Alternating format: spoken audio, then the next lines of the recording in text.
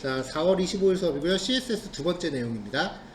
CSS는 보다 보면은 이게 자바는 그래도 제가 외워야 된다라고 강조는 했지만 그 외우는 것 자체가 이해를 목적으로 하는 암기였어요. 외워야 뭐가 이해가 되던지 말던지 하는데 얘는 짤 없어. 그냥 암기야. 제가 전에 개발자들이 CSS 되게 하기 싫어한다는 얘기 했던 거 기억나세요? 어제 딱 실습 한번 해보고서 왜 그런지 바로 이해되지 않아요?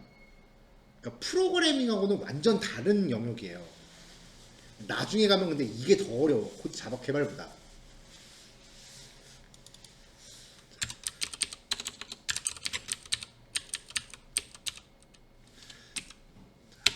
시트라고 검색을 하면 프로그래밍 언어별로요.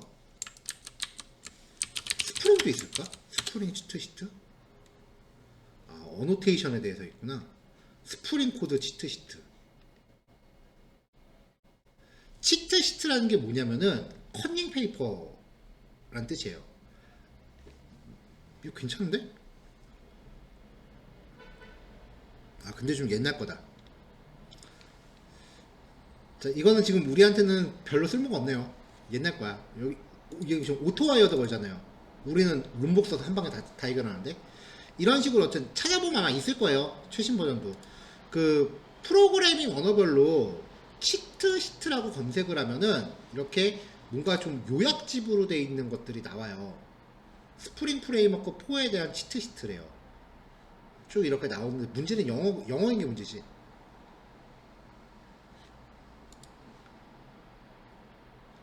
그리고 CSS를 검색하면은 이제 시트라고 나와요. CSS는 특히 많아요.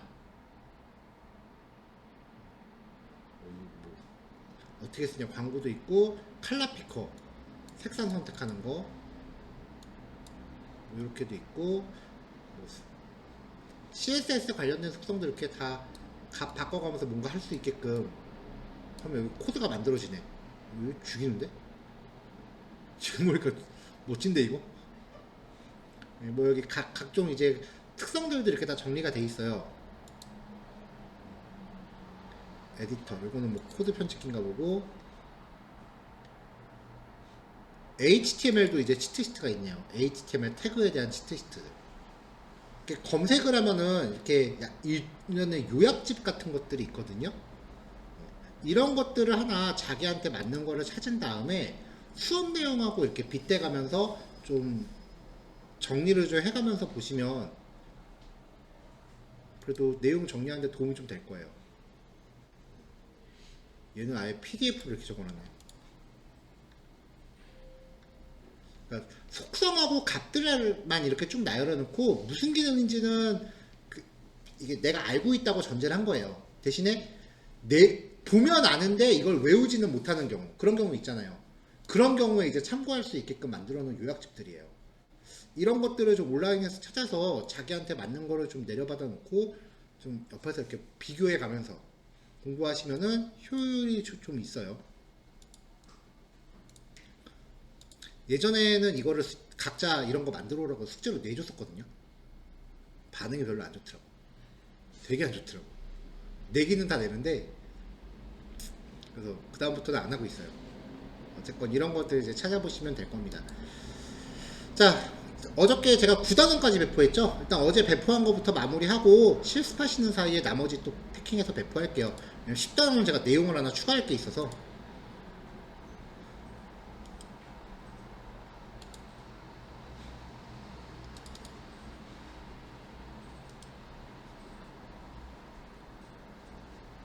모두 닫기, 닫기.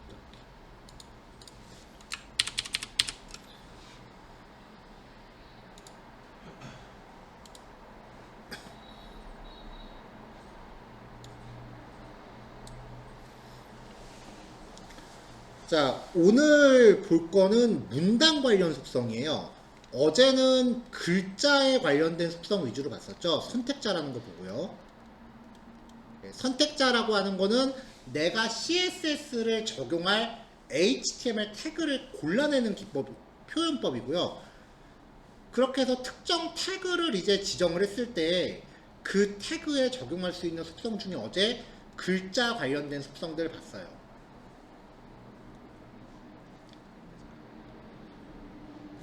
오늘은 문단에 관련된 속성이에요.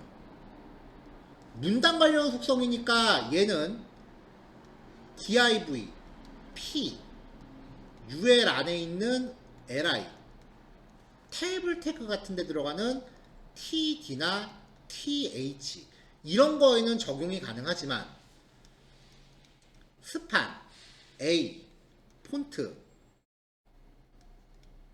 그 다음에 i 태그, b 태그 이런 문장 관련 요소에는 적용할 수가 없습니다.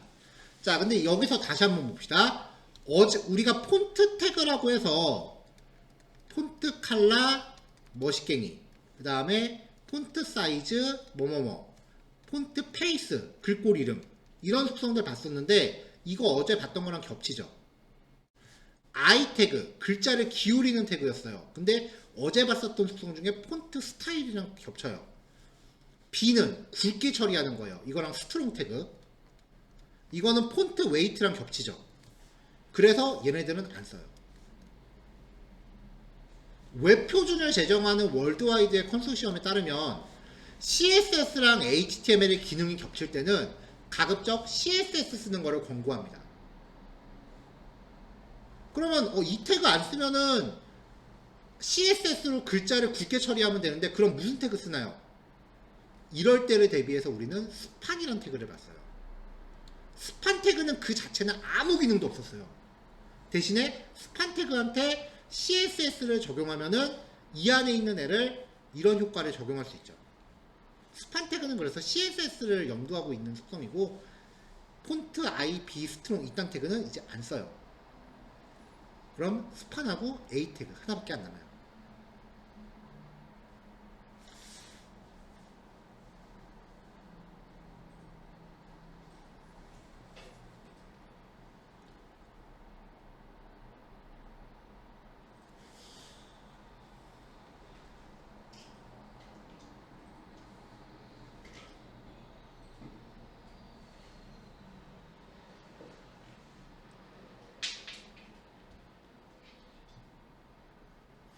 자, 그럼 이제 오늘 볼 거는 문단을 구성하는 애들한테 적용을 할 거예요. 첫 번째, 텍스트 얼라인. 문단 안에 이렇게 글들이 쭉 있을 때 글들을 가로축으로 어떻게 정렬하냐. 왼쪽 정렬, 가운데 정렬, 오른쪽 정렬.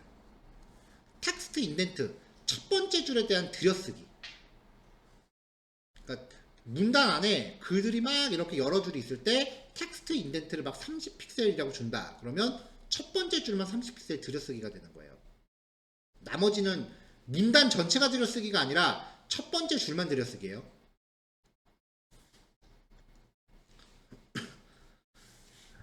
CSS의 그 수치 값이 적용될 때는 항상 단위를 같이 줘야 돼요.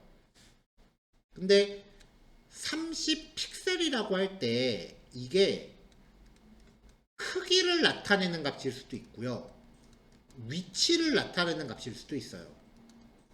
크기 같은 경우는 아직 안 나왔지만 어떤 태그의 넓이와 높이 이런 거예요.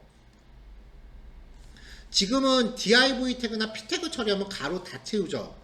넓이를 지정하면 요만큼만 채우게 만들 수도 있어요.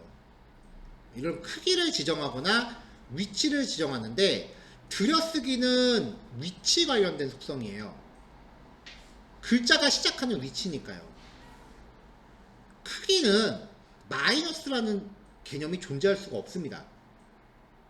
근데 위치는 마이너스가 존재할 수 있어요. 얘를 30픽셀이라고 줬을 때 첫 번째 줄이 30만큼 들여쓰기가 된다면 마이너스 30이라고 하면은 바깥으로 30픽셀 내어쓰기가 되는 거예요. 그래서 마이너스 값을 적용하면 내어쓰기가 됩니다.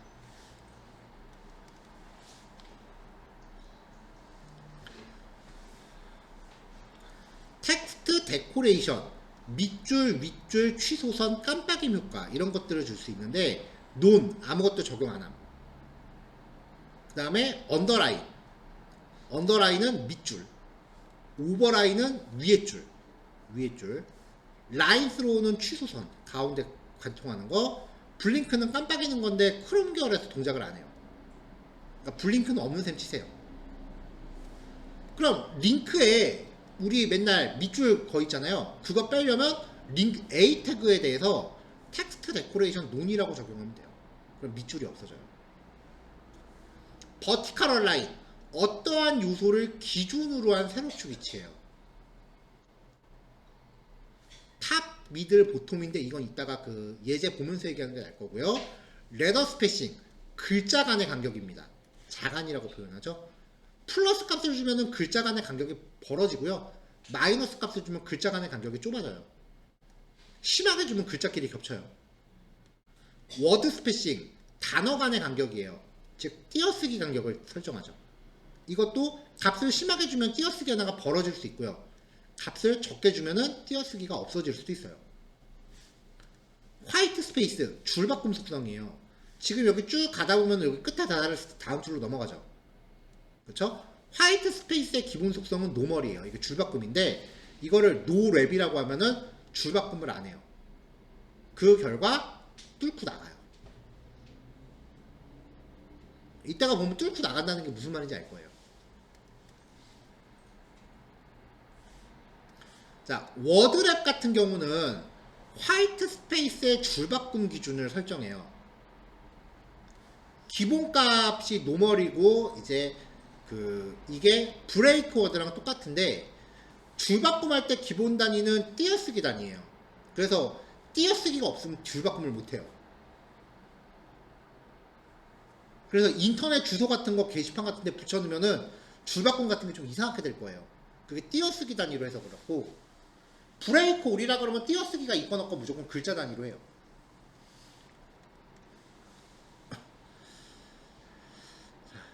일단은 요것들만 먼저 살펴볼까요?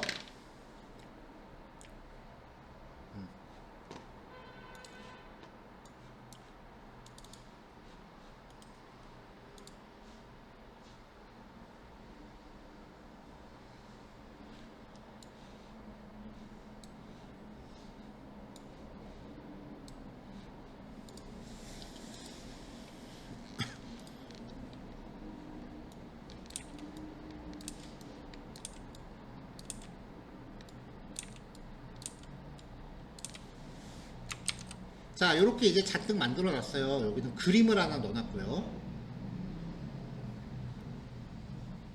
div id 텍스트1은 문단 관련 속성 1, 텍스트2는 2줄 넣어놨죠. 텍스트3도 그냥 한 줄 넣어놨고, 텍스트4는 그림을 하나 놓고 텍스트를 놨어요. 그 다음에 5, 6은 또 이렇게 한 줄씩 놨고요. 자, 모든 태그, 별표는 오리의 뜻이라고 그랬죠. 모든 태그의 글자 크기를 20으로 설정합니다. 자, 첫 번째 문단은 텍스트 라인 센터, 가운데 정렬. 두 번째 문단은 텍스트 인덴트 30, 첫 줄만 들여쓰기 한다 그랬죠. 그쵸? 그러면 마이너스 30이라 그러면 내어쓰기가 됩니다. 밖으로 나가죠. 세 번째, 텍스트 데코레이션 언더라인, 밑줄, 오버라인과 라인수로 여러 개 줄 거면 띄어쓰기로 구별하시면 돼요. 그러면 이렇게 여러 가지 줄 한꺼번에 가죠. 근데 윗줄은 잘 안 쓰죠? 많이 써야 밑줄 아니면은 취소선. 그 다음 내용이 중요한데요. 그림은, 자, 그림 제가 사이즈로 좀 넓혀 볼게요. 그림은요, 그 자체가 그냥 글자랑 동일 취급받아요. 얘도 문장 요소이기 때문에. 그래서 그냥 글자랑 같이 쓰면은 얘도 그냥 한 줄 취급당해요. 만약에 글자가 이렇게 쭉 늘어나면은 이 밑으로 이렇게 들어갈 거예요.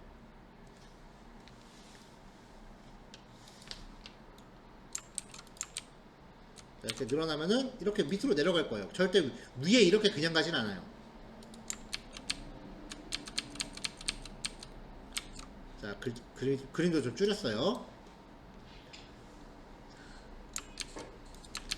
버티칼 얼라인이라고 하는 거는 아까 설명할 때 무엇을 기준으로 텍스트에 새로 위치라고 그랬어요. 그러니까 버티컬 얼라인 속성은 얘한테 줘야 돼요. 그림한테. 그래야 이 그림을 기준으로 지금 아랫면에 이렇게 맞춰져 있죠. 위에 글자를 위에 맞출 거냐 가운데 맞출 거냐를 결정하는 거예요. 그림을 기준으로.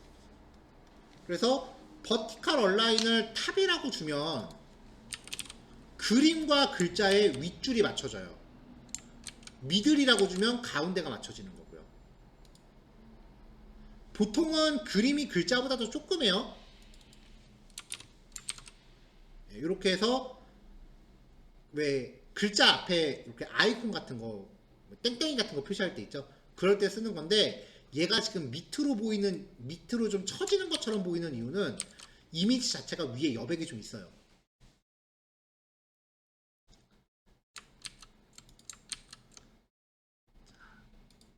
레더 스페이싱 마이너스 2 글자 간의 간격을 조절합니다. 글자 간에 좀 더 조밀조밀해지죠? 값을 많이 주면 글자 간에 겹쳐버려요. 이렇게 보통 우리는 일반적으로 이런 거 쓸 일이 없는데 그 포토샵으로 디자인 하시는 분들 레더 스페이싱을 좀 짧게 조절하는 경우 있어요. 왜? 워드 스페이싱은 띄어쓰기 간격을 조절해요. 10픽셀 띄어쓰기가 늘어났죠? 이거를 100픽셀이라고 하면 띄어쓰기 하나가 되게 넓어질 수도 있어요. 자, 화이트 스페이스 노랩 이거는 지금으로서는 아무런 연관이 없을 거예요.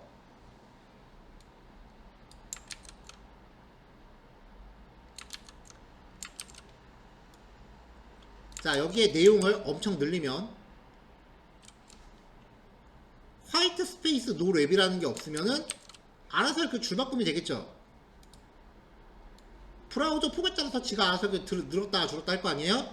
화이트 스페이스 노 랩을 주면 줄바꿈 1도 안 합니다. 뚫고 나갑니다.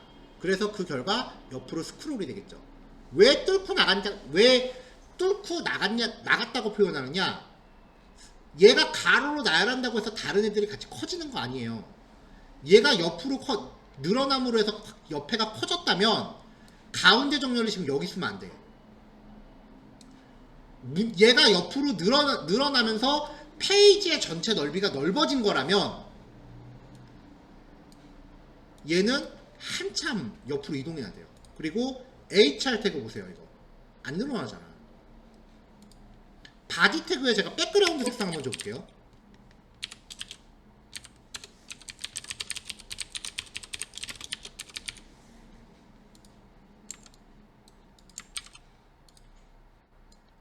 아, 바디는 되겠다. 바디는 어차피 페이지 전체니까.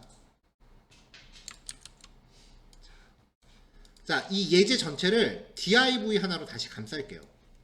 이 예제 전체를 div라는 감쌀게요.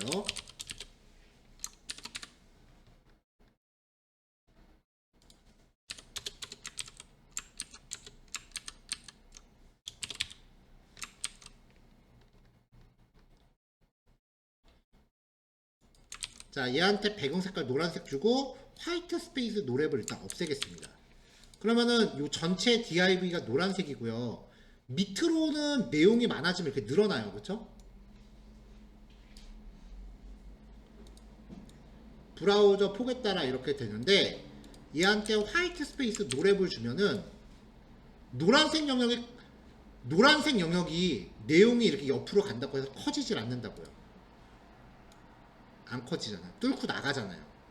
스크롤이라고 하는 거는 주어진 영역을 뚫고 나갔을 때만 생기는 거예요.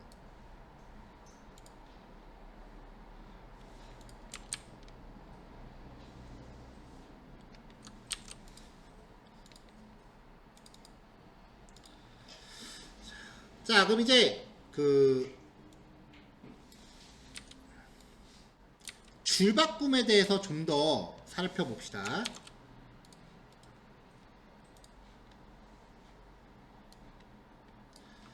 자, p 태그를 하나, 둘, 세 개를 놨어요. 여기에 그냥 A를 무작위로 막 넣은 거예요. 아무렇게나 중간에 띄어쓰기 한 두세 개 넣고 테두리를 쳤어요. 자, 줄바꿈은 띄어쓰기 기준으로 되기 때문에 띄어쓰기가 있으면은 줄바꿈이 되는데 띄어쓰기가 밑에 하나도 없으면 줄바꿈을 못하고 뚫고 나가버려요.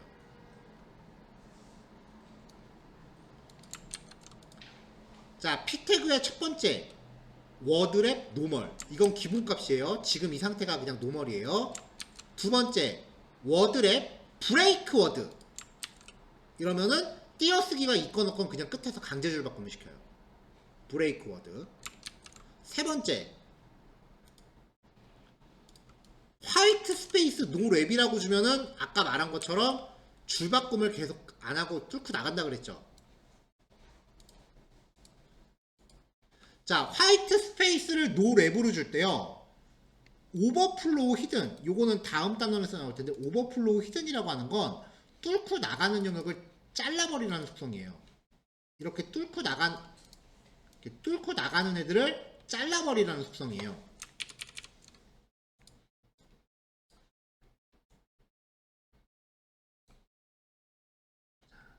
자, 그래서 여기다 화이트 오버플로우 히든 이라는 값을 주면은 잘라버려요. 잘랐다는 게 여기 증명이 되죠. A가 잘렸죠, 실제로. 여기에다가 이제 텍스트 오버플로우 일립시스라는 값을 같이 주면 말줄임 처리예요.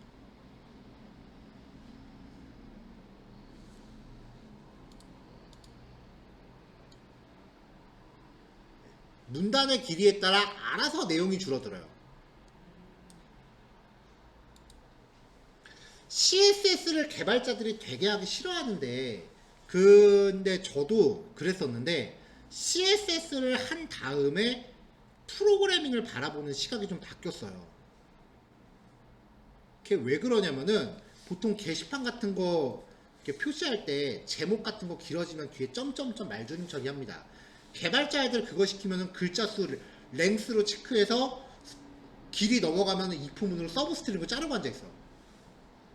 근데 그게 영어랑 한글이 글자 넓이가 달라갖고 일정하게 한글 글자 수를 잘라버리면 그게 모양이 되게 삐뚤빼뚤해져요. CSS 한 방이면은 그냥 지가 알아서 글자 수 상관없이 말줄임 균일하게 다 해요. 프로그램 코드가 필요가 없어지는 거지, 이렇게 하면. 서브 스트링이라는 게. 개발자들이 말줄임 하면은 말줄임이 되게 들쭉날쭉해져요. 디자이너가 말줄임 하면 균일한 위치에서 돼요. 상호 보완적인 거예요. CSS 무조건 무시하면은 프로그래머 입장에서 안 해도 되는 삽질을 더해요.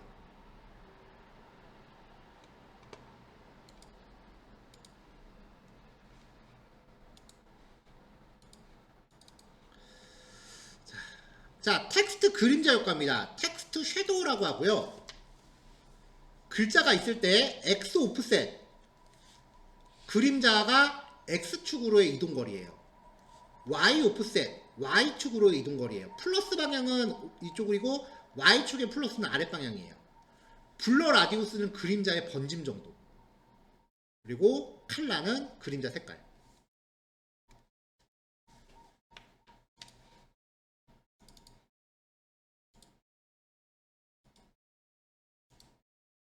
자, 요렇게요.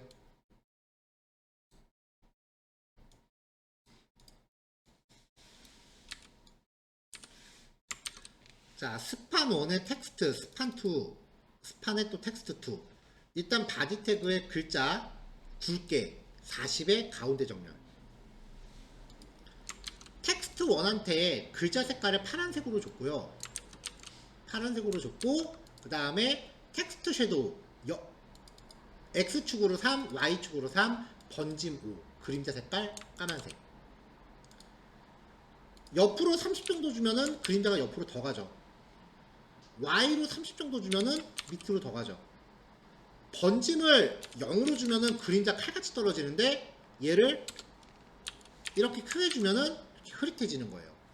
적절히 조절하시면 돼요. 색깔은 알아서 조절하면 되겠지. 자, 근데 그림자도 지금 위치죠. XY 마이너스 방향으로 주면 그림자가 반대로 움직입니다. 이렇게 해서 조절하시면 돼요. 몇 가지 좀 효과를 좀 준비를 해봤는데, 이것도 내가 대충 만든 거라서 되게 유치해요. 자, 배경 색깔을 진한 회색으로 줬고요.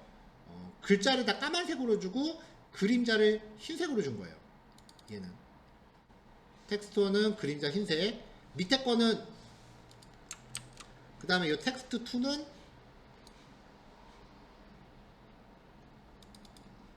글자 색깔 흰색에 그림자 까만색인데 얘는 밑에가 또 있구나. 밑에 또 이렇게 X축으로 이동을 안하고 Y축으로만 1만큼 이동시킨 거예요. 그리고 그림자가 번짐 정도가 0이 되면 너무 딱딱하니까 1 정도 살짝만 번지게 준 거예요. 이걸 아예 0으로 주고 0으로 주면 그림자가 1도 안 움직이고 뒤에 바짝 붙어 있으니까 별로 티가 안 나겠죠. 거의 외곽선처럼만 보이죠. 여기서 번짐을 확 크게 주면 그림자가 이동하진 않고 뒤에서 번지기만 하는 거예요. 그러면 네온사인 효과가 돼요.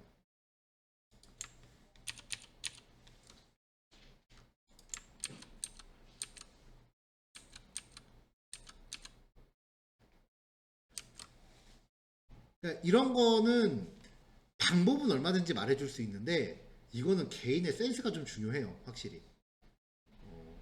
내가 봤을 때 나는 이게 최선이고 인성님도 별로 다를 것 같진 않아요. 뷰나 씨는 모르겠다. 이런 거 잘해요? 이쁘게 만드는 거 암만 해도 못하겠어. 그래서 CSS는 내가 만든 예지인데 보면은 되게 유치해요. 자, 몇 가지 아까 말했던 그 네온사인 효과 번짐 정도예요. 번짐 정도 값을 크게 준 거예요. 그림자 위치는 그냥 적당히 준 거고. 근데 사실 여기서는 이렇게 번짐 효과를 줄 거면은 다 같이 그림자를 아예 안 움직이는 게 가장 잘 어울리지 않을까 싶어요. 그리고 그림자는 항상 이렇게 글자랑 그림자를 같은 색깔로 주기보다는 약간 보색으로 주는 게 좀 더 강조 효과가 좋습니다.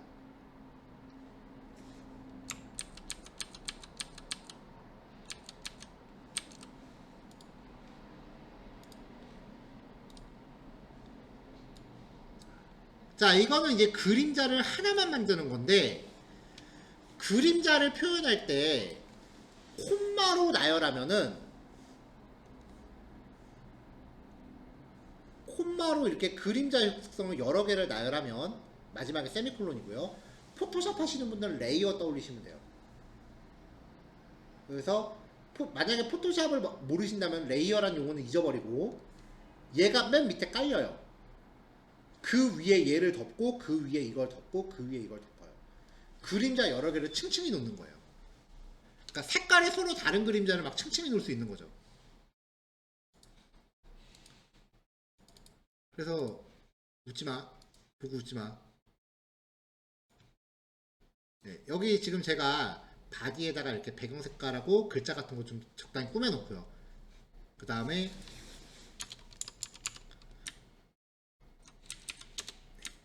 그림자를 이렇게 만들었는데 나름 이제 빨강색, 주황색, 그 다음에 진한 노란색, 밝은 노란색 이렇게 해서 좀 색깔을 단계별로 준다고 만들어서 보긴 했는데 그러니까 뭔가 불타는 거를 만들고 싶으면 이렇게밖에 안 되더라고. 뭐 어쨌든 이론적으로 이런 게 가능하다. 어떻게 쓰는지는 이제 각자 알아서 합시다. 누누이 말하지만 나도 이쁘게 만드는 재주는 없어요. 그래서 항상 보면은 CSS는 분명히 방법은 내가 알려주는데 결과물을 보면은 학생들이 나보다 잘해.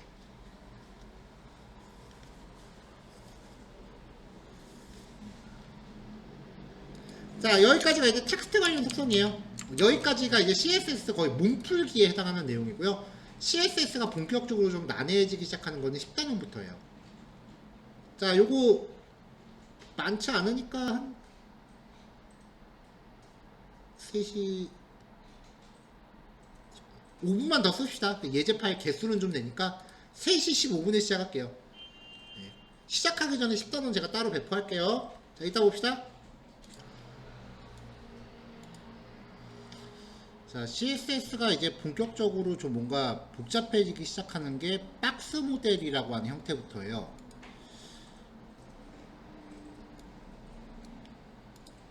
자, 이야기를 해보면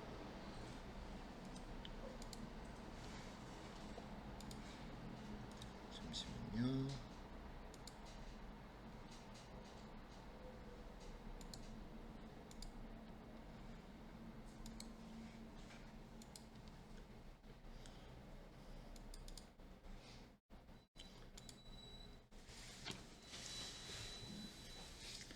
자, 우리가 CSS를 문장 관련 요소, 그리고 문단 관련 요소로 나눴었죠. CSS에서는 이 문장 요소를요, 인라인 요소라고 불러요. 인라인 레벨 요소 혹은 인라인 요소라고 부르고요. 문단 요소는 블록 레벨 요소 혹은 블록 요소라고 불러요. 블록 요소는 흔히 박스라고 부르고요. 이 문단을 구성하는 블록 요소의 가장 대표적인 태그는 div 태그예요. 문장을 나누는 요소의 가장 대표 태그는 스판 태그예요. 자, 박스 모델이라고 하는 거는 박스가 지금 얘잖아요. 그러니까 문단을 구성하는 애들의 어떤 특성을 얘기하는 거예요. 네, 요거를 이제 기억하세요. 지금 이야기하는 거는 문단을 구성하는 요소에만 해당되는 얘기들이다. 이거를 꼭 기억하세요.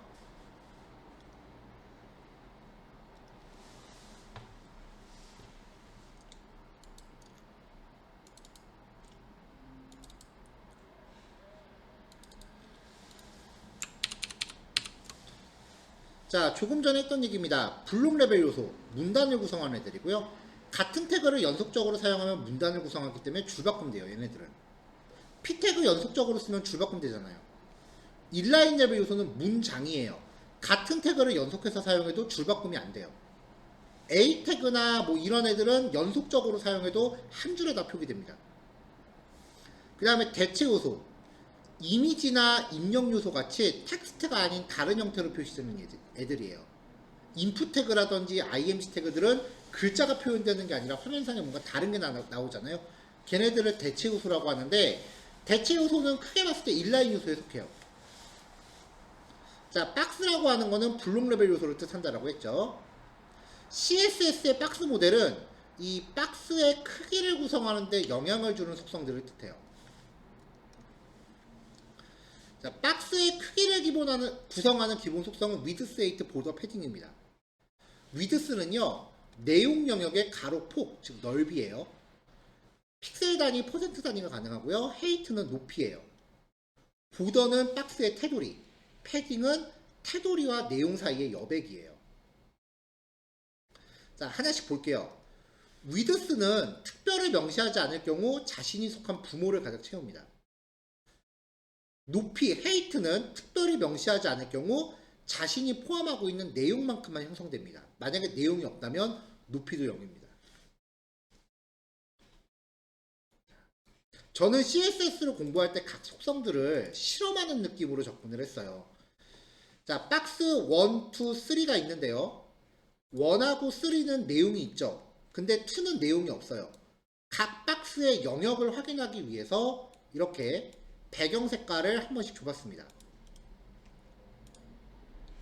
자, 그럼 빨간 박스하고 파란 박스는 나오는데 박스 2는 지금 배경 색깔이 초록색이거든요. 안 나오죠. 내용이 없으면 높이도 0입니다. 그리고 기본적으로 넓이는 얘네는 지금 바디 태그가 바로 부모죠.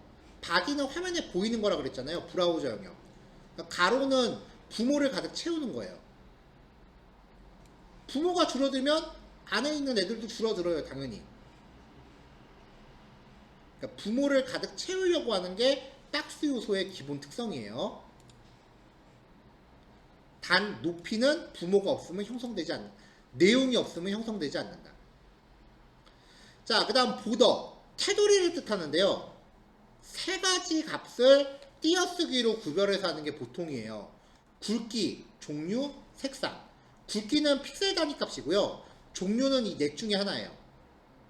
노는 투명, 솔리드는 직선, 다티드는 점선, 대쉬드는 끊긴 선. 점선,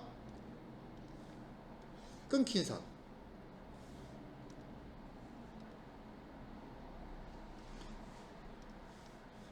색상은 색상이고요. 자, 기본적으로 보더를 치면은 상하 좌우 전부 똑같이 들어갑니다. 박스가 4면이잖아요. 면이 4개잖아요. 위치에 따라 다르게 주고 싶으면 보더 탑, 보더 레프트, 보더 보텀, 보더 라이트.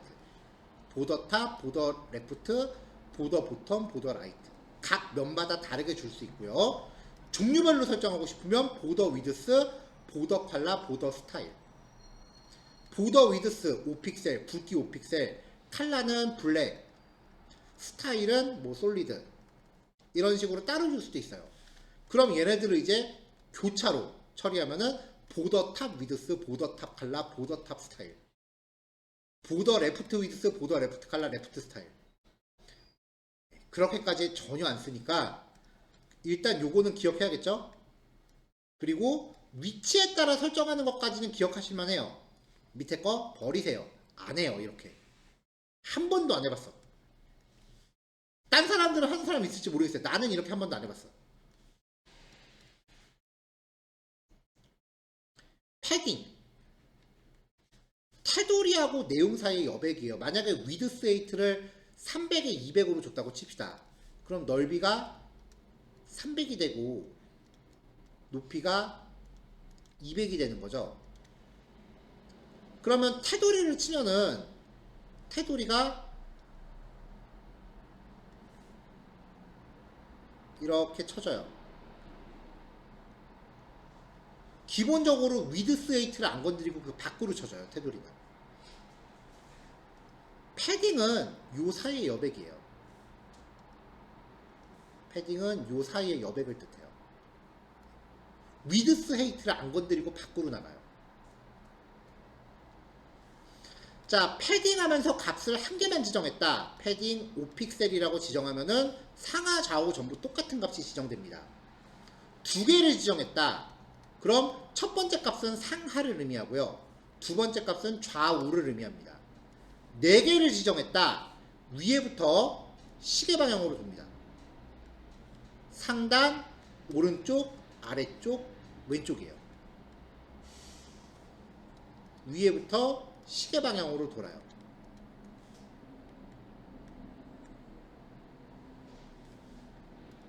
자, 이것도 다르게 주고 싶으면 패딩, 레프트, 라이트, 탑, 보톰 이렇게 따로 줄 수 있어요. 요거는 가끔 써요.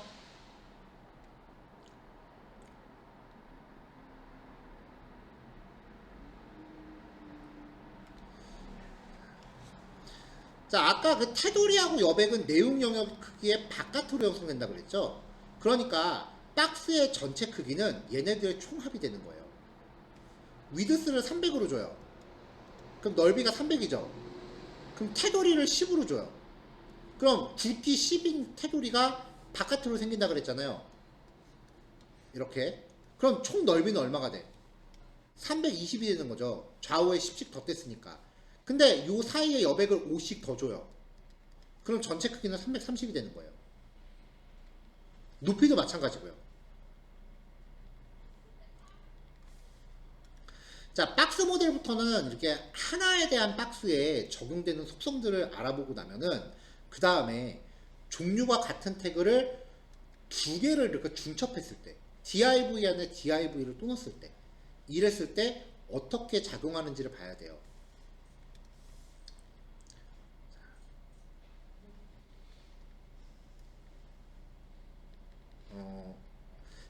이 안쪽에 있는 박스한테 위드스라든지 헤이트라든지 보더라든지 패딩 같은 거를 다 합치면 이 박스의 전체 크기가 나온다 그랬죠. 근데 그래 봐야 얘는 부모 입장에선 내용일 뿐이야. 그러니까 자식 요소를 구성하는 박스 크기의 총합은 부모의 위드스 헤이트를 벗어날 수가 없습니다. 만약에 이걸 벗어나면은 자식은 부모의 내용 영역 밖으로 삐져나가기 시작합니다. 이렇게. 이게 문제가 되는 게 div가 이렇게 있고 옆에 div가 또 있어요. 근데 자식이 삐져나가기 시작해. 이렇게. 그럼 옆에 있는 애를 덮어버려요. 그럼 이제 화면 요소들끼리 겹치게 되기 때문에 그때부터 디자인이 본격적으로 깨지기 시작해요.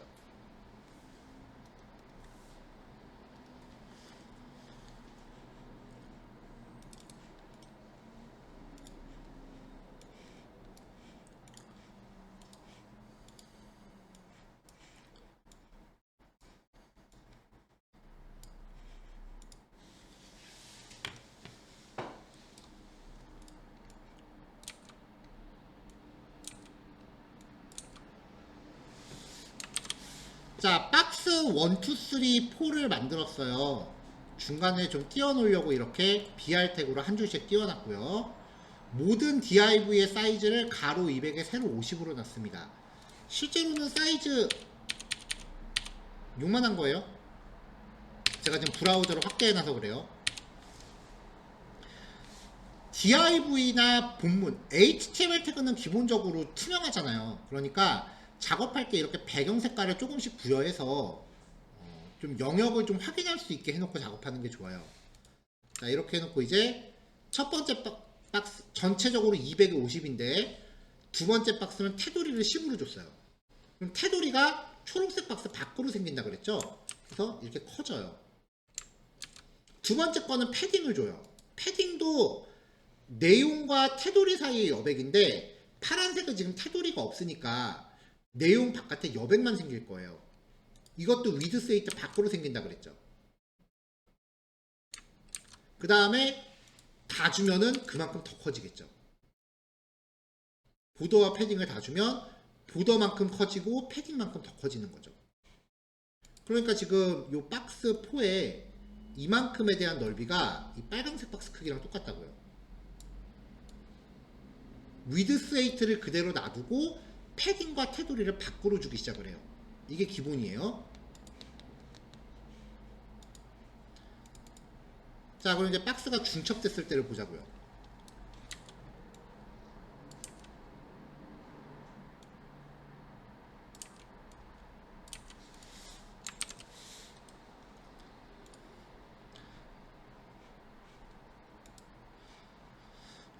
div 태그를 두 개를 중첩해 놨고요. 안쪽에는 텍스트 넣고 박스 바깥에 헬로월드라고 적었어요.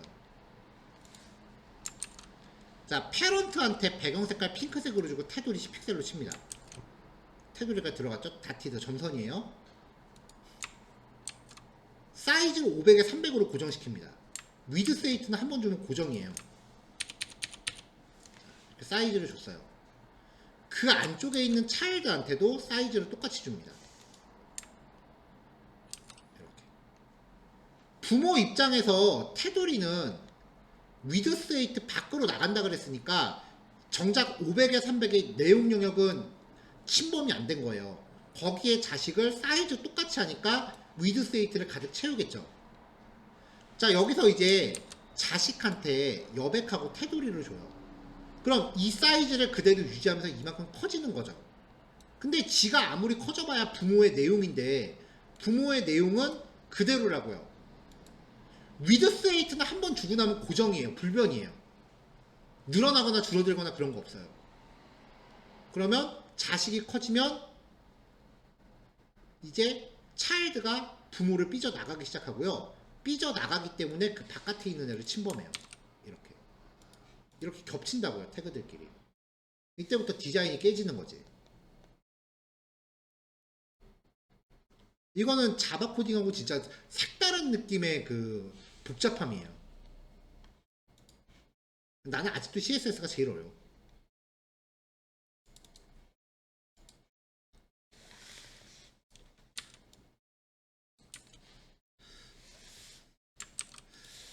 자, 그 다음 예제는 요걸 또 응용한 거예요. 자, 아까랑 똑같은 구성이고요. 아까랑 똑같은 구성이고 패런트한테 위드스 8 주고 자식한테 지금 배경 색깔만 줘봤어요. 아까 사이즈를 그냥 줬더니 삐져나가더라. 그러면은 100%라고 주면 되지 않을까?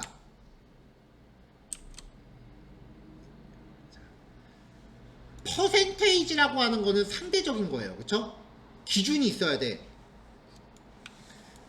자식한테 위드스 헤이트를 100분율로 주면은 부모의 위드스 헤이트를 기준으로 가져가요. 만약에 부모가 위드스나 헤이트를 안 갖고 있으면 자식도 퍼센테이지 못 가져가요. 자, 그럼 여기 100%라고 주면 결국 500에 300 준 거랑 마찬가지죠. 그럼 아무리 100%로 줘도 패딩하고 테두리 좀 삐져나가겠네.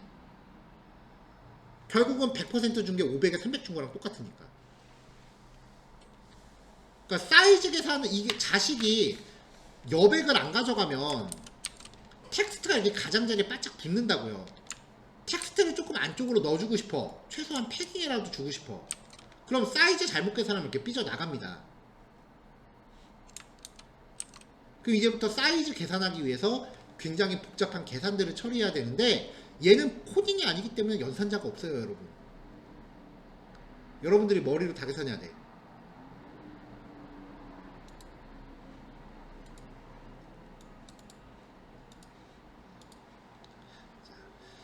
굉장히 나중에 추가된 속성인데요. 박스 사이징이라는 속성이 있습니다. 기본값이 컨텐트 박스예요. 이게 보더와 패딩이 위드스 웨이트 영역 밖에 설정되는, 지금 우리가 보고 있는 특성이고요. 박스 사이징을 보더 박스라고 주면은 보더하고 패딩이 위드스 헤이트 영역 안에 설정돼요. 그래서 이 사이즈를 아무리 좁아야 위드스 헤이트의 전체 크기를 벗어나질 않습니다.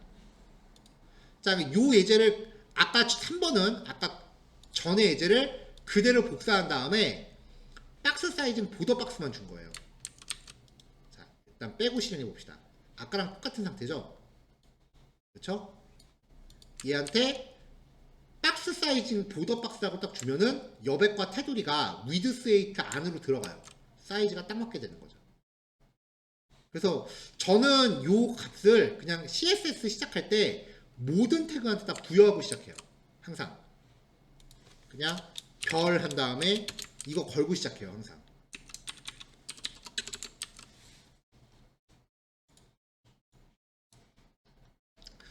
자, CSS는 그 18번 단원 실제 페이지가 만들어지는 거를 이제 보기 전까지는, 이거를 하기 전까지는 각각의 속성들을 실험한다는 느낌으로 접근을 하세요. 이게 저도 CSS 공부하는 게 되게 뭐라고 해야 되지? 제가 하고 싶어서 공부를 시작했던 게 아니라 그 누가 시켜서 한 거예요. 엄밀히 말하면 이게 공부를 어떻게 시작했냐면은 그 제가 28, 9살 그때쯤에 이제 회사 다니다가 이제 강사로 이제 전향을 처음 했었어요. 그때는 완전 뉴비 아니야, 초짜 아니야. 그러니까 누가 초짜한테 이런 과정을 줘요. 검증이 안 됐잖아. 그러니까 이제 단과반을 먼저 준다고요. 장기 과정을 주는 게 아니라 단과반을 주는데 그 중에도 난이도가 쉬운 CSS랑 HTML을 먼저 줬어요. 그때는 시간료도 시간당 15,000원밖에 안 됐어. 근데 문제는 내가 프로그래밍만 죽어라 하던 애라서 CSS를 1도 모른다는 게 문제였지 그때. 다행히 이전 강사님이 하시던 그 예제를 인수인계한다고 나한테 주더라고요. 원래 강사들끼리 그런 자료 공유 안 하거든요. 그래서 그때는 제가 강의할 때 항상 옆에 노트북을 펴놨어요. 노트북에다가 그 코드를 띄워놓고 나도 무슨 말인지 모르니까 노트북 보면서 베끼는 거야. 나도 수업 시간에. 그게 대부분 라이브 코딩의 진실이에요. 옆에다 뭔가 볼 거 없이 열어놓고서 이렇게 베껴. 그럼 이제 한 글자 한 글자 이렇게 타이핑을 하는 거죠. 그럼 학생들은 그거 따라치고, 대신에 이제 그렇게 수업하면 단점이 강사도 이제 타이핑하다 보면 뭔가 틀릴 거 아니야. 틀리면 지도 못 틀렸는데 한참 찾아. 첫 수업을 그렇게 했어요. 설명은 코딩도 겨우 하는데 설명은 무슨 설명이야. 얼버무렸지. 그때 수업 들으셨던 분들한테 되게 미안해요. 근데 그 당시 수업이 하루 3시간씩 월요일부터 금요일까지 하루 3시간씩, 그래서 2주 사이클이었어요. 총 30시간짜리 수업이었죠. 첫 주를 그렇게 해서 얼추 한번 타이핑을 해봤어. 아, 진짜 오타 한번 나니까 눈앞이 깜깜해져. 자, 두 번째 강의예요. 2주 동안 30시간을 같은 코드로 또 타이핑했어요. 이제 오타가 나니까 눈에 좀 들어와. 바로바로 찾겠, 좀 그래도 좀 빨리 찾겠어. 그때까지 설명은 얼버무렸어요. 그 다음 2주가 됐어요. 이제는 코드가 2번 타이핑했으니까 좀 눈에 들어오잖아. 그래서 여유가 좀 생기니까 인터넷을 찾아가면서 이 코드의 설명을 이제 찾아갖고 앞에 주석으로 달아놓기 시작을 해요. 그거를 한 번 더 했어. 거의 외워지더라고요. 이거를 그 다음 2주 때는 조금씩 내 주관을 넣어서 설명하기 시작을 했어요. 이제 코드를 안 보고 설명할 수가 있게 됐어. 그리고 타이핑도 100% 뺏기는 게 아니라 이제 좀 내 머릿속에서 나와서 코딩을 하기 시작을 했어요. 이때쯤 되니까 일단 기본 코드를 다 외우고 내 머리에 있는 걸로 코딩하기 시작하니까 이제 조금 여유가 생겨서 내가 값을 조금씩 바꿔가기 시작을 하더라고. 코드 자체에 내 주관이 들어가더라고요. 한 달 그렇게 될 때까지 1.5개월이었죠. 이렇게 6개월 수업했어요. 같은 코드로만 6개월에 이거 책 썼어요. 다 팔렸어요.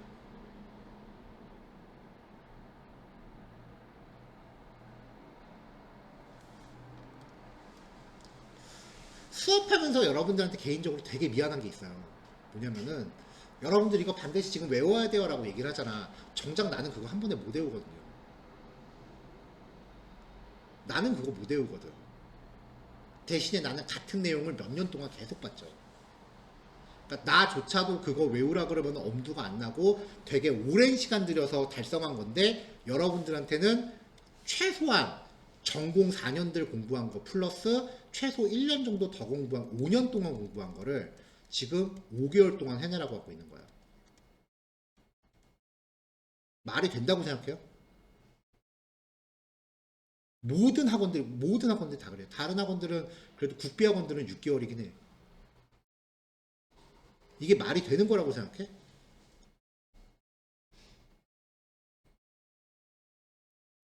근데 어떻게든 다들 꾸역꾸역 따라오기는 해요. 이게 보면은 제가 이만큼 나가면은 처음에 잘하는 친구들은 이만큼 따라와요. 저만 파란 게 나라고 칩시다. 제가 이만큼 나가면은 다른 친구들은 개인차는 좀 있지만 요만큼씩 조금씩 따라와. 개인차는 있지만. 그 다음에 제가 그 다음날 이만큼을 또 진도를 나가면은 그 다음에 이제 전날 부족했던 게 그때 그게 이 말이구나 하면서 조금씩 이렇게 보충되면서 따라가요. 다음날 수업 들어야 전날 게 이해되는 경우 은근히 있죠. 이렇게 하면서 조금씩 이렇게 따라가. 근데 이 격차가 저하고 점점 벌어지기 시작을 하죠. 그래도 그거를 꾹 참고 힘들어도 따라오는 친구들은 나중에 끝까지 도착을 하고 그걸 못 버티고 중단하는 경우는 어쩔 수 없는 거지. 이게 지극히 정상이거든요. 어떻게 이거를 최소 이만큼 시간 투자해서 공부한 사람하고 지금 생전 처음 하는 사람하고 속도가 같아. 말이 안 되지. 강사들은 여러분들 속도에 맞춰주고 싶지만 그러지를 못해요. 왜냐면은 수업 기간이 5개월이라고 정해져 있잖아. 이 안에 다 나가야 되잖아. 사실 나도 생각 같아서는 여러분들이 다 이해할 때까지 문제 계속 내주고 이해할 때까지 기다려주고 비슷한 유형 여러 개 해보게 시키고 그렇게 하고 싶어요. 그렇게 하고 싶다는 마음이 반영된 게 최소한 디파트먼트 프로페셔널 스튜던트 테이블 3개 돌린 거야. 안 그랬으면 디파트먼트만 하고 넘어갔죠. 근데 그럼에도 속마음은 그런데 겉으로는 너네 이거 왜 빨리 안 해? 막 이런 식으로 얘기할 수밖에 없다고요. 이게 수업하면서 되게 미안한 부분 중에 하나야.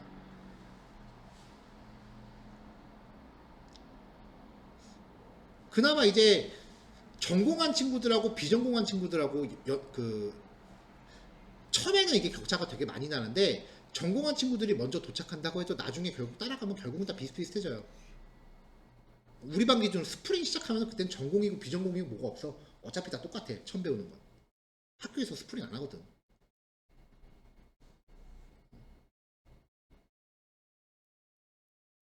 그러니까 되게 입장상 다그칠 수밖에 없는 입장인데 그러면서도 포기 안 하고 끝까지 따라오는 거 보면 되게 대견하기도 하고 힘들어서 막 표정 그 죽상인 거 보면은 되게 안쓰럽기도 하고 그래요. 티는 못 내지만 나하고 비교하지는 마. 난 올해 이거 22년 차야.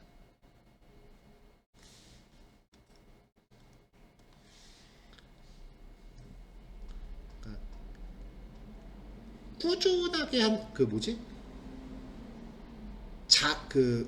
잘하는 사람은 즐기는 사람을 못 따라간다 그랬잖아요. 근데 시간 지나고 나서 보니까 아무리 잘하건 즐기건 다 필요 없어. 꾸준한 사람 못 따라가요. 즐기는 사람은 실증내. 나중에 가면. 처음에 재밌다고 하는 애들 끝까지 가는 애들 거의 못 봤어. 잘하는 애들은 비교 대상이 누구냐에 따라서 잘하고 못하고가 차이가 달라요. 그러니까 우물한 개구리일 수도 있어. 결국은 그냥 천천히 끝까지 안 놓치고 가는 사람이 제일 잘해. 자, 지금은 각종 코드들을 값들을 바꿔가면서 제시를 한 거고요. 그럴 때마다 현상이 어떻게 바뀐다라는 일종의 실험 결과를 공유하는 겁니다. 그러니까 여러분들도 이거를 실험한다라는 느낌으로 접하시고요. 18번 단원 들어가면은 이 모든 내용을 다 통틀어서 이제 뭔가 만들어지기 시작을 할 거예요. 그러니까 지금은 내용을 그냥 현상 그대로 받아들이세요. 얘네들이 나중에 더 큰 현상의 원리가 될 거예요. 자, 5번까지 실습하시면 돼요. 똑같이 4시 10분에 봅시다. 4시 15분에 봅시다. 파일 안 줬어요? 나 이거 아까 단톡방에 올렸는데? 아, 다른 반에 올렸구나. 쏘리.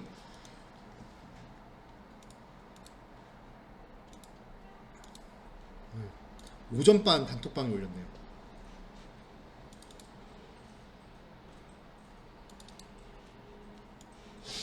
자, 박스 모델 자료 올렸어요. 그럼 이것도 다 오전반에 올렸네. 자, 11단원까지 올려놨어요.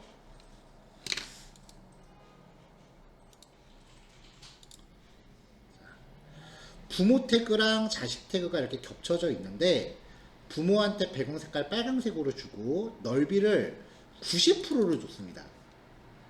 높이는 100%로 줬고요. 근데 높이 100%는 보다시피 안 먹어요. 부모한테 높이 100%라고 해서 이 화면창을 가득 채울 걸 기대했으면은 보시다시피 안 먹어요. 테두리 줬고요.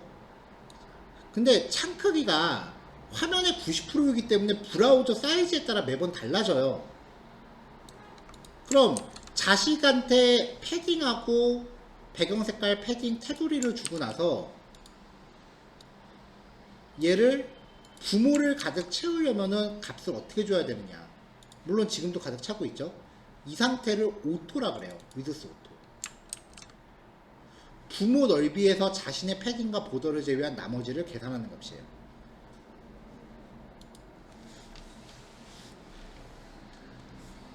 자, 부모 태그가 있고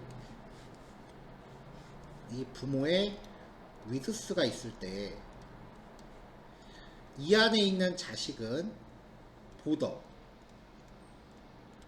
플러스 패딩 플러스 자기의 넓이, 이 세 가지 요소의 합이 부모의 위드스랑 똑같아야 가득 차는 거였죠. 이게 부모 사이즈가 정확하게 몇 픽셀이라고 주면은 계산이 딱 풀어지는데 지금처럼 부모한테 90%라고 주면 이걸 얼마나 어떻게 계산하라고.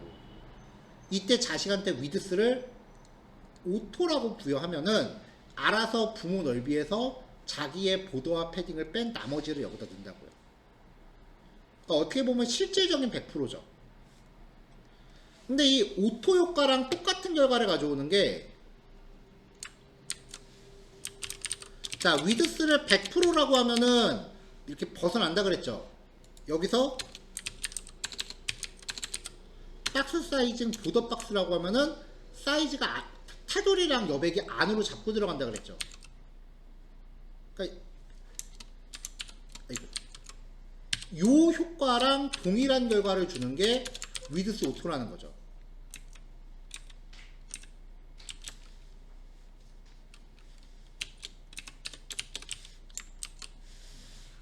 자, 그러니까 둘 중에 아무거나 쓰셔도 상관없어요. CSS는 뭐로 가도 서울로만 가면 돼요. 자, 그 다음에 여기서 또 하나. 지금 보면은 주석이 슬래시 별로 들어가죠. 이건 많이 보던 거죠. 하지만 슬래시 2개는 안 먹습니다. 슬래시 2개는 주석 안 먹어요. 이미 넣어보신 분들도 계시겠지만 안 먹습니다.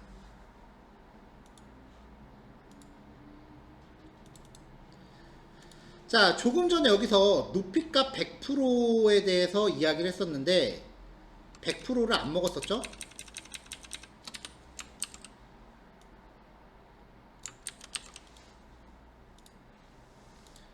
자, 위드스 100%, 헤이트 100% 줬는데 100%안 먹었잖아요. 100%를 주는 방법이에요. 자, 일단은 여기 보면 가장자리 좀 남죠. 왜냐면 바디 태그가 기본적으로 마진하고 패딩을 좀 가져가요. 그거를 0으로 꺼야 돼. 그러면 바짝 붙어요. 모든 웹페이지가 이거는 기본으로 깔고 가요. 이 상태에서 자, 위드스랑 헤이트가 100%를 가지려면 부모한테 그 사이즈가 부여돼야 된다 그랬죠. 지금 이 DIV의 부모는 누구예요? 바디한테 사이즈 준 적 있나요? 없죠. 근데 바디한테 사이즈 줘도 안 먹어. 왜냐? 바디의 부모는 누구야? HTML. 바디의 부모는 HTML이잖아요. 그러니까 높이값 100%를 주려면 HTML하고 바디한테 위드스는 사실 필요 없지만 헤이트 100%는 주고 시작해야 돼요. 그래야 높이 100%가 성립이 돼요. 근데 어지간하지 않는 이상 높이 100%를 화면을 이렇게 가득 채우게 만드는 경우가 그렇게 많진 않아요. 왜냐면은 디바이스 자체가 새로 스크롤이 되기 때문에 그냥 세로는 알아서 늘어나겠지 하는 거예요. 자, 보통 이렇게 가득 채우는 페이지를 만드는 거는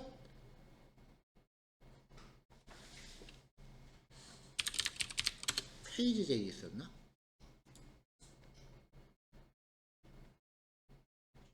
이건 아니고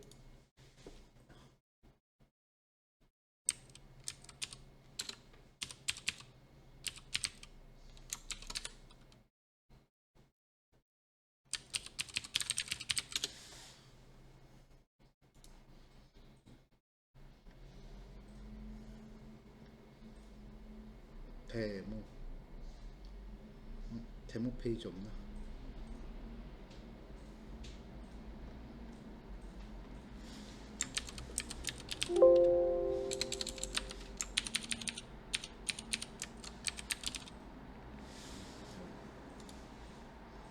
자, 보통 이런 그 높이를 가득 채우는 경우는 이런 식으로 한 페이지마다 이렇게 딱 들어맞는 페이지, 이런 거 할 때 밑으로 스크롤 되는 게 아니라 스크롤 한번 딱 할 때마다 이렇게 PPT 넘어가는 것처럼 이렇게 한 페이지씩 넘어가는 거, 이런 거 만들 때 보통 많이 쓰죠.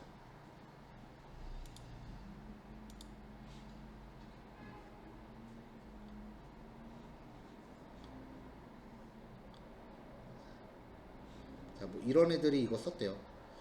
근데 이거 제어하기 되게 어려워.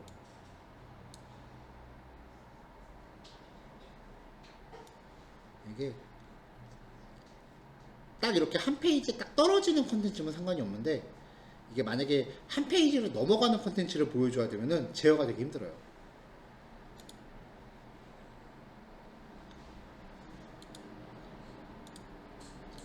조금 전 같은 저런 경우가 아니면은 높이값 100%를 쓸 일은 극히 드뭅니다.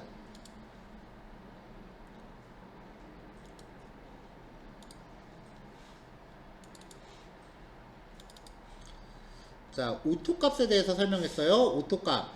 부모 요소의 위드스에서 현재 자신의 패딩 보더를 뺀 나머지 크기를 자동으로 계산하는 값. 실질적인 100% 효과고요. 근데 헤이트의 오토는 자신이 포함하고 있는 내용만큼 구성하는 거예요. 박스의 기본 특성을 그대로 가져가는 게 오토예요. 자, 화면 가득 채울 때는 바디한테 여백 빼고 HTML하고 바디에 높이 위드스 100% 줘야 된다. 좀 전에 얘기했고요. 자, 아까 위드스하고 헤이트는 기본적으로 사이즈가 고정 사이즈라고 그랬죠?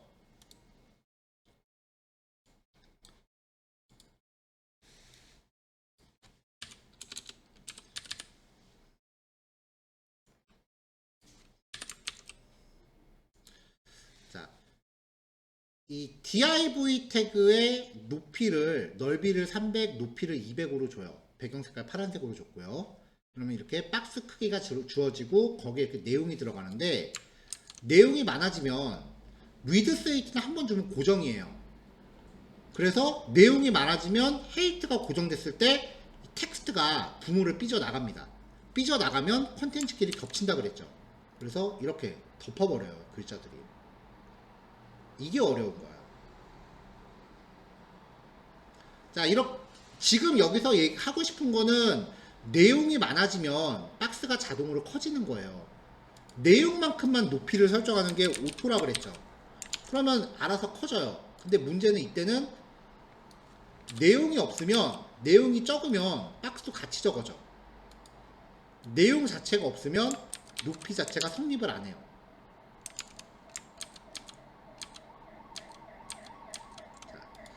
이럴 때 쓸 수 있는 속성이 min width, min height, max width, max height예요. 자, min height를 200으로 잡습니다. minimum height, 최소 높이 200. 최대값은 안 정했어요. 그러면 내용이 많으면 알아서 커지고요. 내용이 없으면 최소 높이 200은 보장하는 거예요. 내용이 하나도 없어도 200은 차지하는 거죠. 이렇게.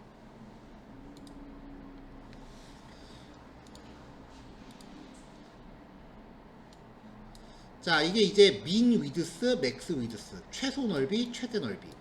min height, max height, 최소 높이, 최대 높이. 보통 높이에 대해서는 min height를 많이 지정하고요. 넓이에 대해서는 max width를 많이 지정해요. 최대 얼마까지?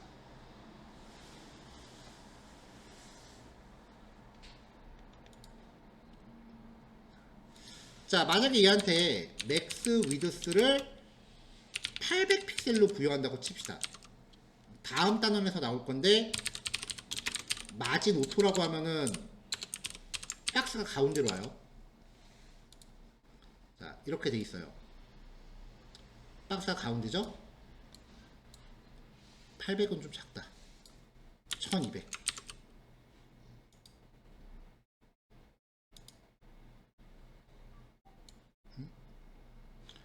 맥스 위드스 1200.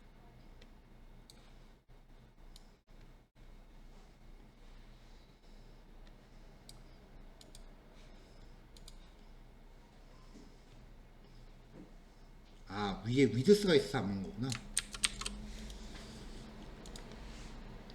자, 맥스 위드스를 1200으로 줘요. 1200 이렇게 하면 되니까 너무 크네. 다시 800. 자, 그럼 데스크탑에서는 이 정도 사이즈가 되는 거야.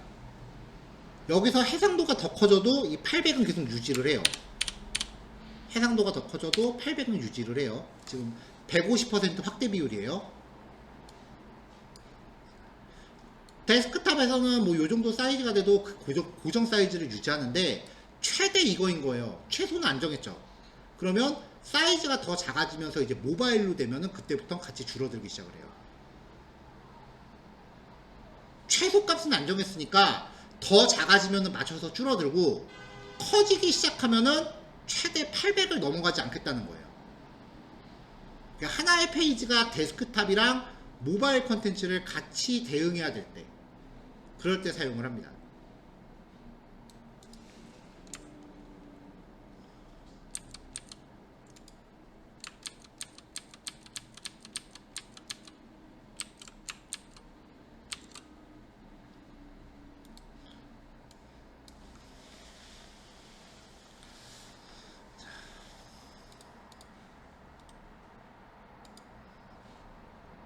자, 지금까지 자식이 부모를 삐져나가면은 겹친다, 이 얘기를 계속 강조했잖아요. 그러면 제일 좋은 건 안 겹치게 하는 거지. 안 삐져나가게 하는 거지. 근데 어쩔 수 없이 삐져나갈 때가 있어요. 그럼 그럴 때는 어떻게 하느냐에 대한 속성이 오버플로우 속성이에요. 아까 한번 나왔었죠. 오버플로우 히든 주면 벗어나는 내용을 화면에 표시 않게 잘라내는 거죠. 오버플로우 스크롤이라고 하면은 벗어나는 내용을 스크롤 처리하는 거예요. 그 다음에 오버플로우 오토는 얘도 스크롤이에요. 어떻게 다른지는 이따가 보면서 얘기합시다. 비지블은 기본값이에요. 벗어나면 벗어나는 대로 그냥 두는 거예요. 기본값이라는 거는 굳이 코딩 안 하면 이게 적용된다는 얘기예요.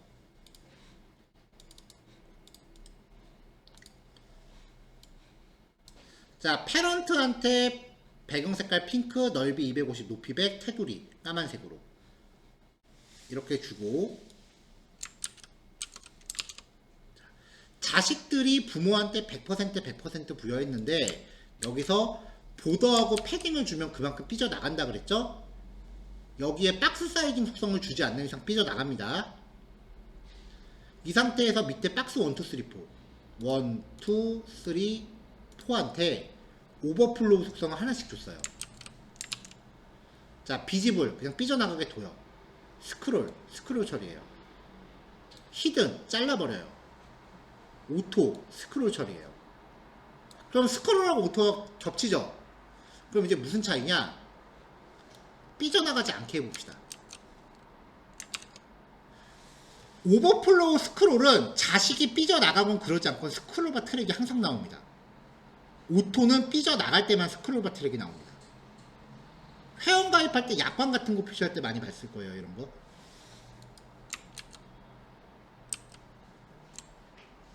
자, 지금 오버플로우라고 하면은 가로 세로 다 동작하죠. 자매품 오버플로우 X, 오버플로우 Y. 만약에 오버플로우 Y 스크롤이라고 하면은 박스 2. 응? 왜 다 동작하냐?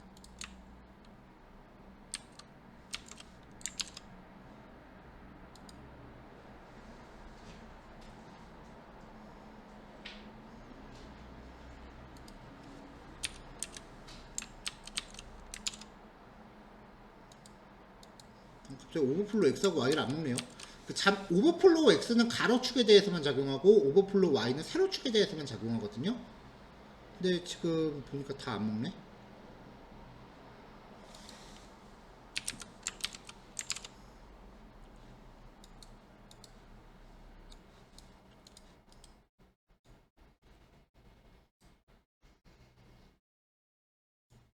이거 원래 안 먹는 건가 보다. 오버플로우 X하고 Y. 자, 오버플로우는 이제 벗어나는 애들 이제 스크롤 처리한다는데 거의 대부분은 벗어나는 영역을 그냥 잘라버리는 용도로만 많이 써요. 그래서 왜 마우스 올렸을 때 스르륵 하고 열리는 메뉴들 있죠. 그게 보통 스르륵 열리는 부분이 다 벗어난 부분이에요. 그래서 그거를 일단 오버플로우 히든으로 해서 안 보이게 잘라놓고 마우스 올렸을 때 이 오버플로우 속성을 제어해서 스르륵 열리는 효과를 줘요. 자, 6번부터 9번까지는 단편적인 내용들이니까 뭐 어렵지 않을 겁니다. 요거 정리하시고요. 지금 35분인데 개당 5분씩만 쳐도 20분이면 충분하죠. 그러면 55분. 5시에 봅시다. 5시까지만 시간 들여도 하고 남을 것 같은데.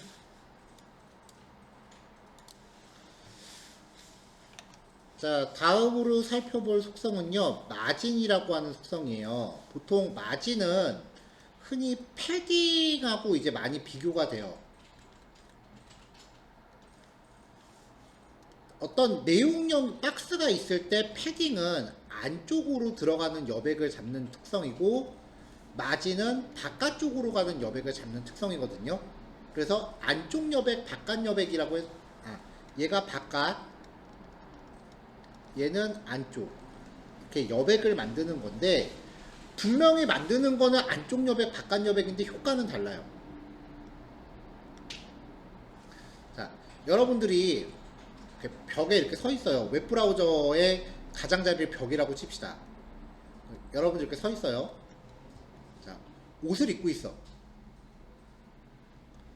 그러면 여러분들 몸하고 이 옷 사이의 공간이 커지면 결과적으로는 여러분들의 부피가 커지죠. 그래서 이 패딩은요, 크기에 관여를 하는 속성이에요. 근데 이 여러분들이 입고 있는 옷 바깥으로 이제 공간이 생기면 벽이 밀리나? 여러분이 밀리겠죠? 벽 붙잡고 밀어봐요. 벽 밀 수 있나? 그래서 얘는 위치 관련 속성이에요. 표면적인 거는 그냥 둘 다 여백인데 효과는 패딩은 크기 관련이고요. 마진은 위치 관련 속성이에요. 여러분들이 벽을 민다고 생각을 해보세요. 벽을 이렇게 향해서 밀었어. 그럼 여러분이 밀릴 거 아니에요. 반대로 여러분 옆에 누가 또 서 있어요. 여러분이 벽을 밀어. 그럼 옆에 있는 어떻게 돼? 같이 밀리겠죠. 혹은 여러분들이 옆에 있는 사람 쪽으로 뭔가 여백을 만들어. 그럼 여러분은 벽에 붙어 있으니까 갈 수가 없잖아. 그러니까 옆에 있는 사람이 밀리죠.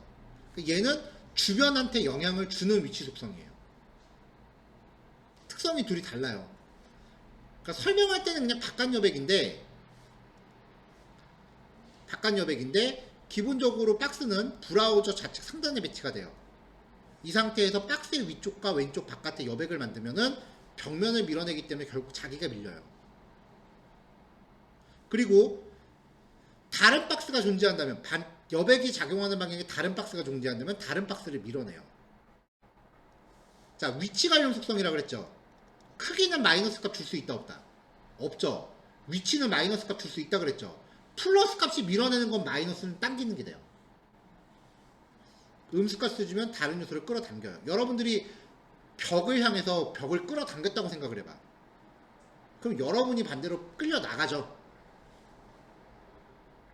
그런 식으로 위치에 관련된 특성을 가져요. 즉 자신이나 다른 박스의 위치에 영향을 줍니다. P 태그 두 개를 연달아서 써요. P 태그 두 개를 연달아서 써요. 이건 코드 보면서 얘기합시다. 자, 제가 그냥 샘플 HTML 하나 만들게요. 자, test.html 마진할 차례죠.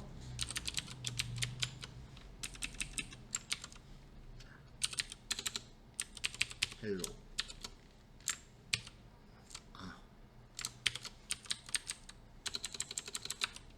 P 태그 두 개를 지정할게요.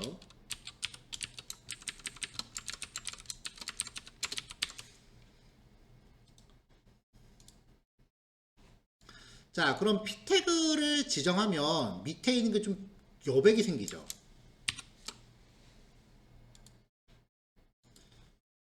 찍어보면은 P 태그 자체가 패딩하고 보더는 현재 0인데 위아래로 마진을 16씩 가져가는 거예요. 기본적으로 모든 태그가 패딩이나 여백을 조금씩 갖고 있어요. 그러니까 P 태그 두 개를 연달아 썼을 때 얘네가 이렇게 띄어쓰기가 되는 것처럼 보이는 이유는 마진을 가져가는 거예요.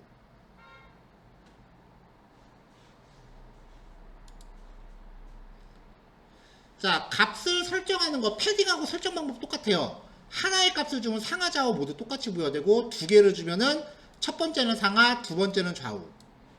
네 개를 주면 상단부터 시계 방향. 위치에 따라 따로 주려면 레프트, 라이트, 탑, 보통. 자, 그 다음에 또 마진의 중요한 특성. 자, 지금 이 P 태그를 찍으면 주황색으로 뜨는 게 지금 마진이에요. 아래쪽으로 헬로가 마진 갖고 있죠. 그 다음에 얘를 보면 얘도 위로 마진 갖고 있죠. 결국은 둘 다 마진이 위아래로 작용하고 있거든요. 둘 다 16식이야.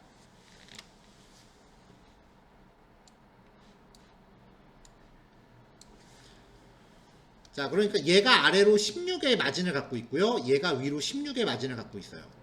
그럼 이 두 개 사이의 공간은 얼마야 돼? 자, 마진 두 개가 이렇게 작용을 하면요. 이렇게 맞닥뜨리는 게 아니고요. 이렇게 겹쳐요. 그래서 P 태그의 아래쪽의 주황색 공간과 그 다음 태그의 주황색 공간이 겹치죠.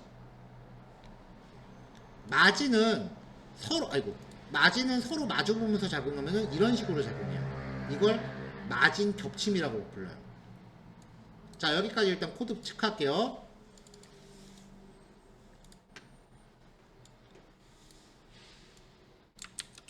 자, 첫 번째 박스 두 개를 놨어요. 첫 번째 박스를 200에 100, 두 번째를 150에 100. 사이즈가 색상 다르게 주고요. 이렇게 좋습니다.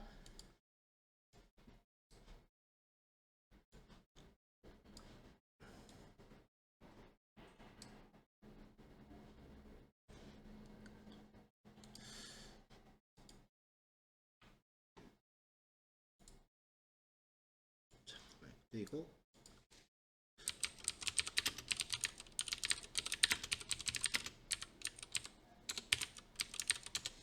CSS를 설명할 때 비주얼 스튜디오 안에 브라우저가 뜨는 게 훨씬 편하겠네.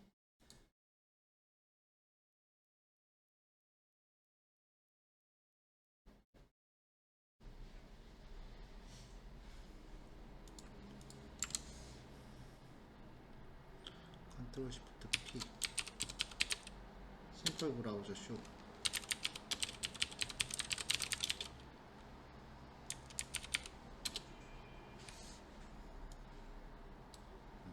얘는 이게 낫겠다. 마진.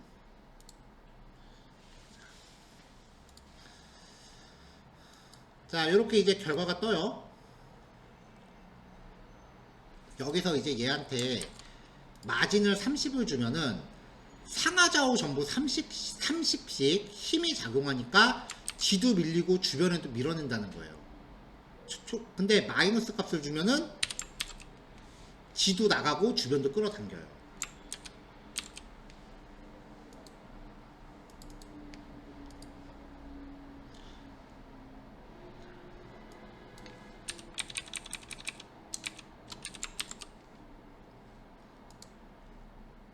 자, 그 다음 더블 마진.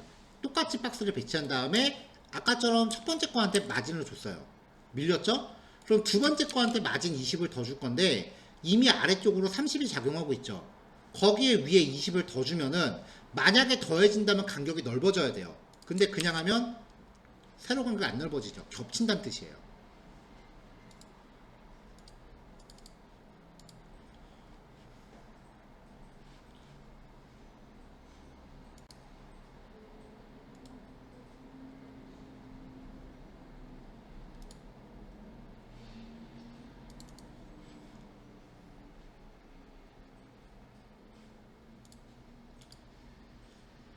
자, 그럼 이번엔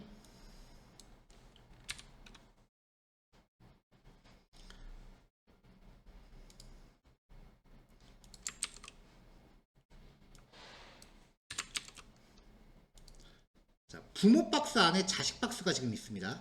이렇게요. 자, 여기서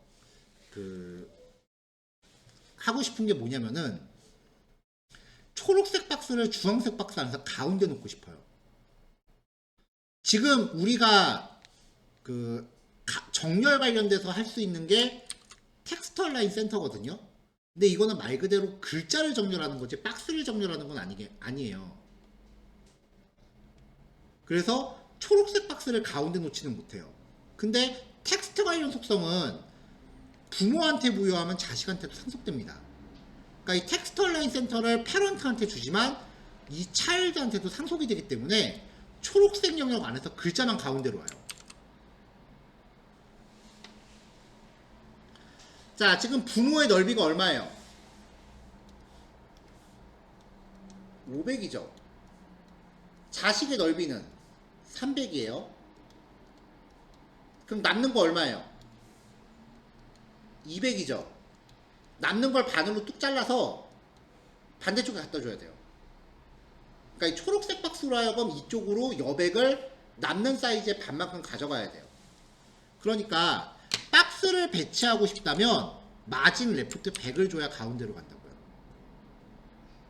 박스 배치는 마진이에요. 마진은 이름으로는 바깥 여백인데 용도는 위치 결정이에요.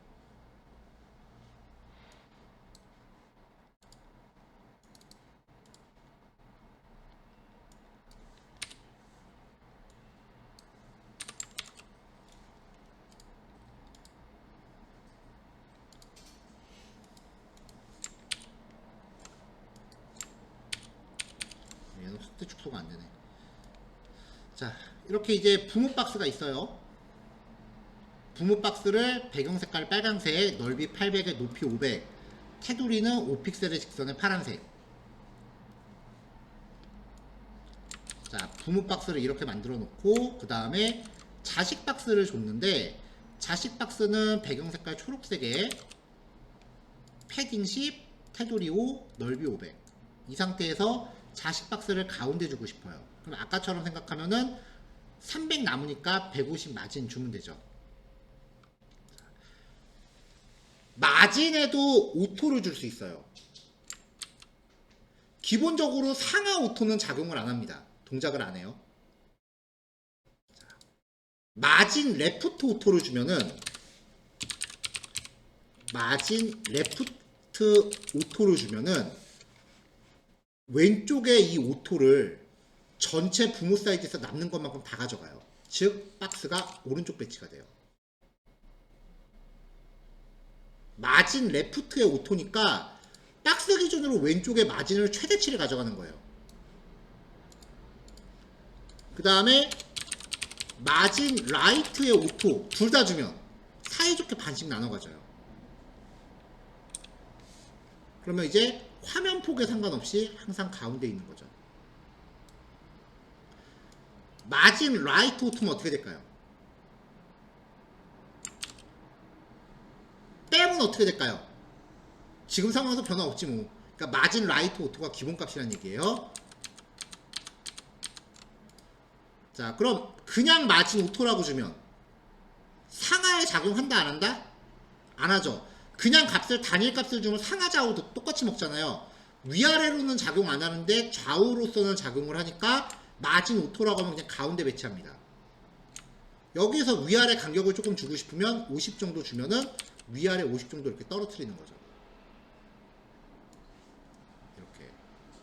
자, 그럼 자식한테도 마진 50에 오토 주면은 위아래로는 50을 떨어뜨리고 좌우로는 부모 안에서 가운데 정렬이 돼요.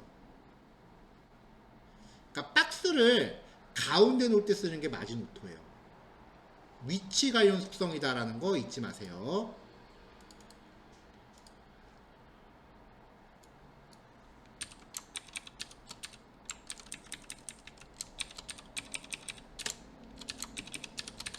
자, 이거는 어제 한번 보여드렸었는데,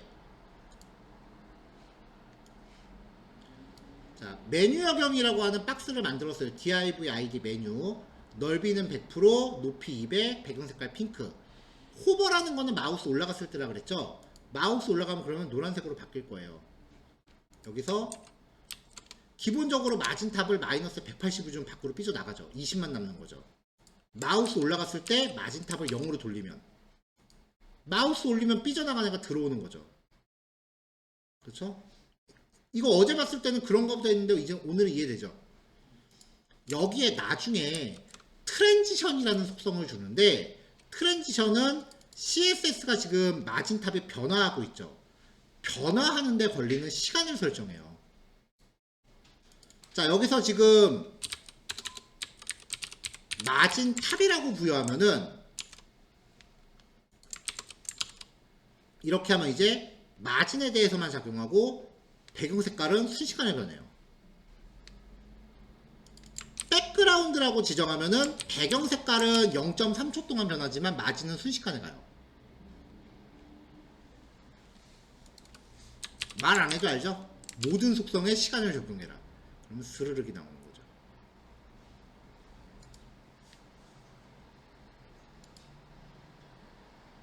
다 했네?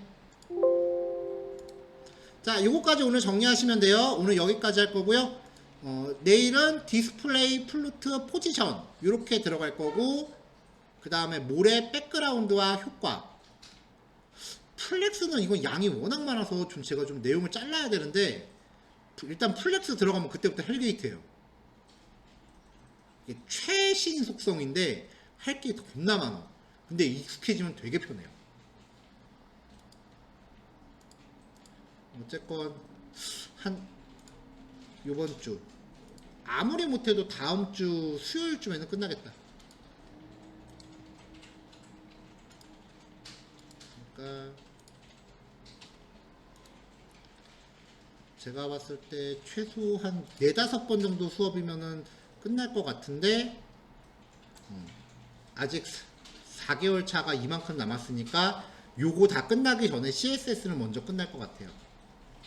그러면 자바스크립트 아무리 길게 해도 우리 수업 목표량은 한 달 안에는, 한 달이면 차고 넘치거든요. 제 생각에 많으면 2주, 짧으면 일주일 정도는 그래도 개인 작업하는 시간으로 풀타임으로 활용할 수 있지 않을까 싶어요. 걱정되는 건 그때쯤 되면 이제 출석률이 마구 떨어지기 시작한다는 거. 각자 작업하느라고 바빠서. 그렇게 안 되게 컨디션 조절 잘 합시다. 자, 녹화 이제 끌게요. 남은 시간 실습하고 마무리하시면 됩니다. 수고하셨어요.